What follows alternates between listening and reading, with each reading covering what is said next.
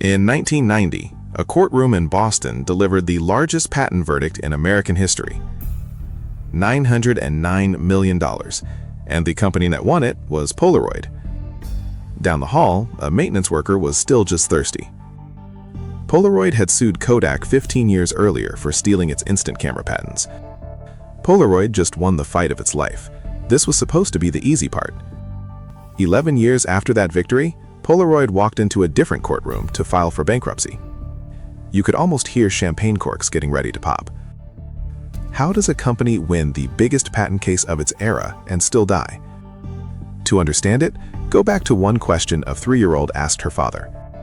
If this is your kind of story, hit like and subscribe. It genuinely helps the channel. In 1943, on a family holiday in New Mexico, Land's daughter asked why she must wait. The wait she couldn't stand became the entire business plan. He had no good answer, so he built one. Edwin Land was a chemist obsessed with light, and he worked out the idea by nightfall. 4 years later, he showed the result to a room full of scientists.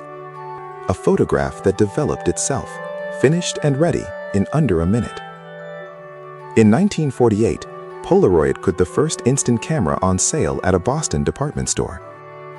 It sold out within hours. Not even Polaroid saw that coming. The company that made it would spend the next 50 years chasing that first afternoon. That first camera cost Polaroid almost everything it had, and it paid off instantly. Land dropped out of Harvard twice, chasing an idea about bending light. He was chasing polarized light, a way to cut glare from glass and lenses. In 1937, he founded a company to sell that idea. He called it Polaroid. Sunglasses first, then camera filters, then 20 years of work toward instant film. Land ran his lab like a monastery. People worked through the night for him. By his death, he held 535 patents, among America's most prolific inventors. 535 patents also meant one very overworked filing cabinet. Colleagues called him the smartest man they'd worked for, and the hardest to keep up with. By the 1960s, Polaroid was among America's most admired companies. During the war, his lab built optics for the military, periscopes, gun sights, viewers. Every year, Land staged Polaroid's shareholder meeting like a live show. He stood alone under the lights and unveiled the future by hand. In 1972, he unveiled his masterpiece, a camera that folded flat and shot instantly. The audience gasped and rose to their feet before he finished speaking. Backstage, a stagehand checked his watch. The ovation was right on schedule. Land treated a product launch like a scientific discovery. The press went along with it. Decades later, a young Apple founder called Land a national treasure. Steve Jobs, who idolized him, would later launch products in strikingly similar style. For 30 years, Land's stage was the closest thing corporate America had to a rock concert.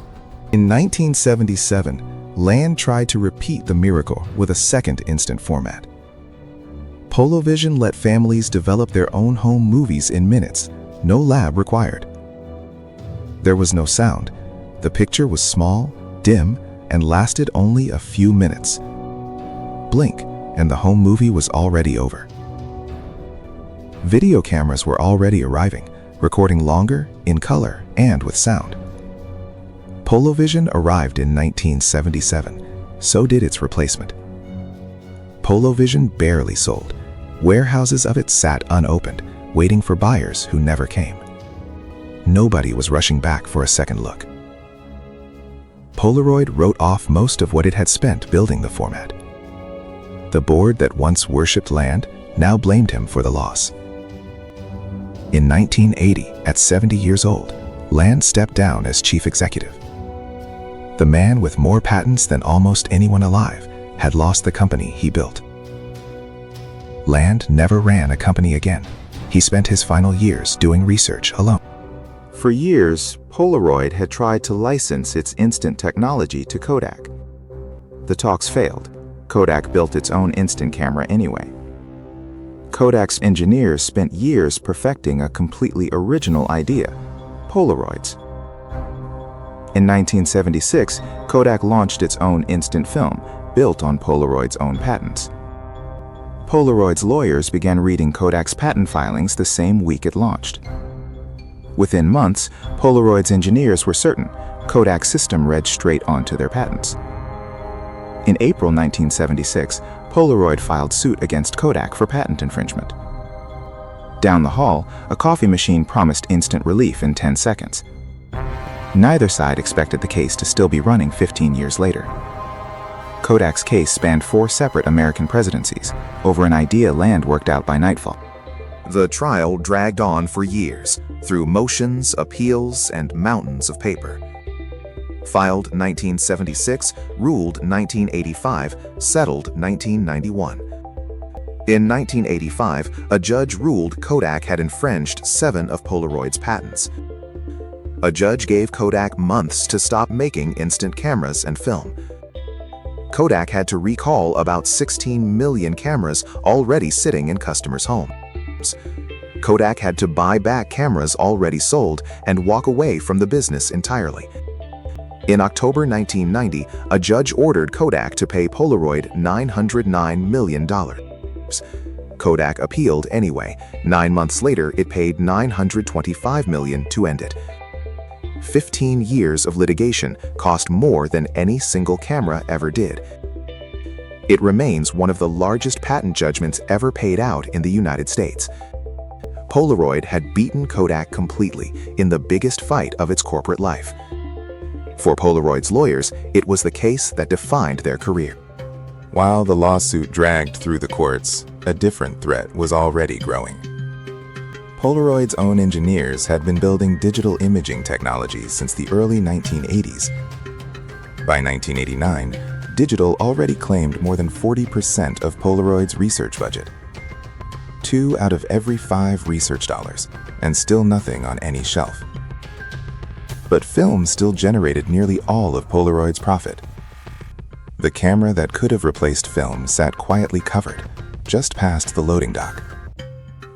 No executive volunteered to kill the one business paying everyone's salary. So the technology stayed locked in the lab, years ahead of anything Polaroid actually sold. In 1996, Polaroid finally sold a digital camera, years after everyone else already had. The company that once invented the category now followed someone else's roadmap. In 1988, an outside investor tried to take over Polaroid on the cheap. To fight him off, Polaroid borrowed heavily to buy back its own shares. The buyback was supposed to make Polaroid safer. It made Polaroid poorer. It worked. The takeover was blocked, but the company was now buried in debt. For the next decade, Polaroid spent much of its cash just paying interest. Even winning the Kodak case couldn't undo what the buyback had already done. Through the 1990s, film sales slid as digital cameras reached ordinary homes. By the late 1990s, Polaroid was cutting jobs to keep servicing its debt. In October 2001, Polaroid finally filed for Chapter 11 bankruptcy in federal court. The company that beat Kodak in court could not beat its own balance sheet. The buyback that saved Polaroid from a takeover was also the debt that ended it. Polaroid's factories, patents, and film business were sold off piece by piece. The Polaroid name changed hands several more times over the next decade. One of its later owners collapsed in a financial fraud scandal of its own. Polaroid itself was pulled into a second bankruptcy filing in 2008. The instant camera survived anyway, kept alive by a handful of devoted enthusiasts. Today, the Polaroid name is licensed onto cameras, film, and printers it never built. The company that invented the instant photograph outlived itself only as someone else's product. Every new owner inherited the name. None rebuilt what it once was. Polaroid did not end for a lack of invention. It ended for a lack of nerve. It beat Kodak in the biggest patent case of its era, and it still collapsed. That champagne, as it turned out, never actually got opened. Its own engineers had built the future years before the company let them sell it. Polaroid's product was never really the camera. It was the weight disappearing in front of you. Smartphones eventually gave everyone that same instant, for free, in every pocket on Earth. The company that invented the instant lost it to a feature nobody even had to buy. Being right about the idea was never the same as owning what came next. If this got you thinking, Kodak made almost the identical mistake, just later. That story is on the channel now. Subscribe, and I will see you there.